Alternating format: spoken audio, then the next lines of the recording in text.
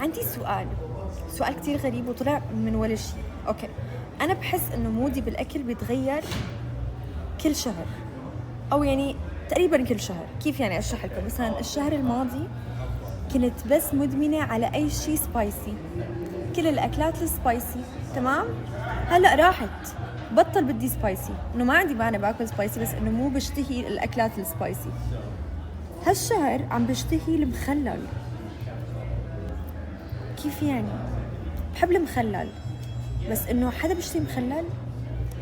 مشتهية المخلل الصغير، مخلل الخيار الصغير، ومخلل ملفوف، ومخلل توم. يوه، ما بعرف شو بني، بس عم بشتهي المخلل. أكيد لاني اكلت مخلل بباريس وكان كتير طيب، فمن وقتها دخلت بمود المخلل. الشهر الجاي حيكون شيء مختلف تماما. كتير غريب، في حدا هيك؟ لا يا جماعة، مو حامل، مو قصة حامل، قصة انه انا عن جد من زمان كل شهر بكون بمود معين. يعني مو معقول اذا الواحد يشتهي شغلة يعني هو حامل. خلاص.